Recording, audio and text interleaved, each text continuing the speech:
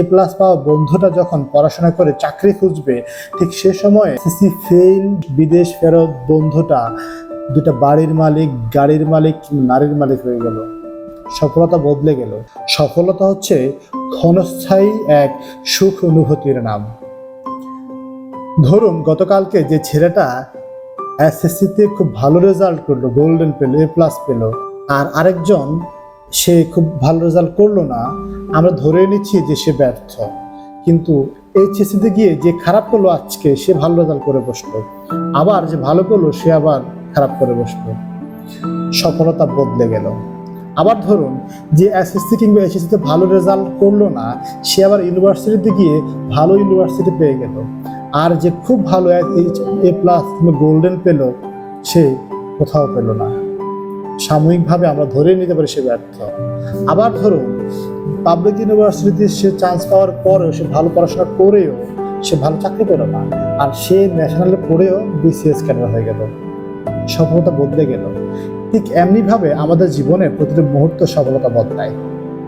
আজকে গতকালকে যে ছেলেটা এসএসসিতে ফেল করার কারণে বাবা মা তাকে ইউরোপ পাঠিয়ে দিবে, হতে পারে আগামী 10 বছর পরে তার এ প্লাস পাওয়া বন্ধুটা যখন পড়াশোনা করে চাকরি খুঁজবে, ঠিক সে সময় এসএসসি ফেল বিদেশ ফেরত বন্ধুটা দুটা বাড়ির মালিক, গাড়ির মালিক, নারীর মালিক হয়ে গেল।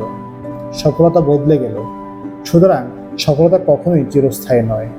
আবার ধরুন যে ব্যক্তি জীবনে অনেক টাকা পয়সা, সম্পদ, যশ, খ্যাতি অর্জন করলো, খবর নিয়ে দেখুন তার ঘরের শান্তি নেই। তার বউ তার কথা শোনে না, আরেক পুরুষের সাথে ঘুরে, তার ছেলে কিংবা সন্তান তার কথা শোনে না। আমাদের চোখে সে সফল হলেও সে নিজের জীবনে কিন্তু সফল নয়। সফলতা নিজের চোখে অন্যকে দেখতেই সুন্দর।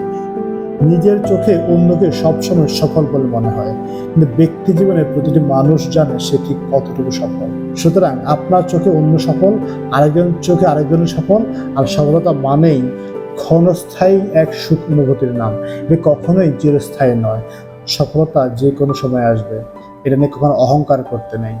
আবার যে কোনো সময় আপনি ব্যর্থ হতে পারেন, সেটা নিয়ে মন খারাপ করতে নেই। ধন্যবাদ সবাইকে।